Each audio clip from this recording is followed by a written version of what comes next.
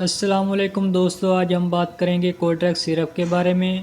اس video میں آپ کو بتایا جائے گا کہ کوڈریکس سیرپ کو استعمال کرنے کا طریقہ کیا ہے، اس کے کیا سائیڈ ایفیکٹ ہیں اور یہ کن مسائل میں استعمال کیا جاتا ہے۔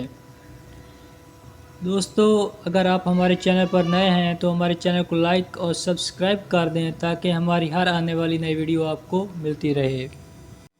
کوڈریکس سیرپ کو ایک multi national company stand pharma نے بنایا ہے۔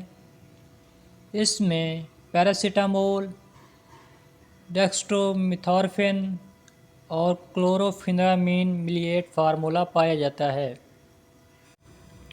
کلوروفینرامین ہر قسم کی الرجی کے لیے بہت ہی مفید ہے۔ اگر آپ کی آنکھوں سے پانی آتا ہے اور آپ کے ناک سے پانی آتا ہے تو اس کے لیے کوڈریکس سیرپ بہت ہی مفید ہے۔ اس کے علاوہ اگر آپ کو کھانسی ہے تو اس کے لیے کوڈریکس سیرپ بہت ہی مفید ہے۔ کوڈریکس سیرپ ہر قسم کے بخار کے لیے بھی فائدہ مند ہے کیونکہ اس میں پیراسیٹامول موجود ہوتا ہے۔ اس کے علاوہ پیراسیٹامول ہر قسم کے درد کے لیے بہت ہی مفید ہے۔ اگر آپ کے جسم میں کسی قسم کا بھی درد وغیرہ ہے تو اس کے لیے کوڈریکس سیرپ بہت ہی مفید ہے۔ مختصر جواب ہے کہ کوڈریکس سیرپ نزلہ، زکام، کھانسی، بخار اور الرجی کے لیے بہت ہی مفید ہے۔ اس کا 1 چمچ صبح اور 1 چمچ شام کو استعمال کریں۔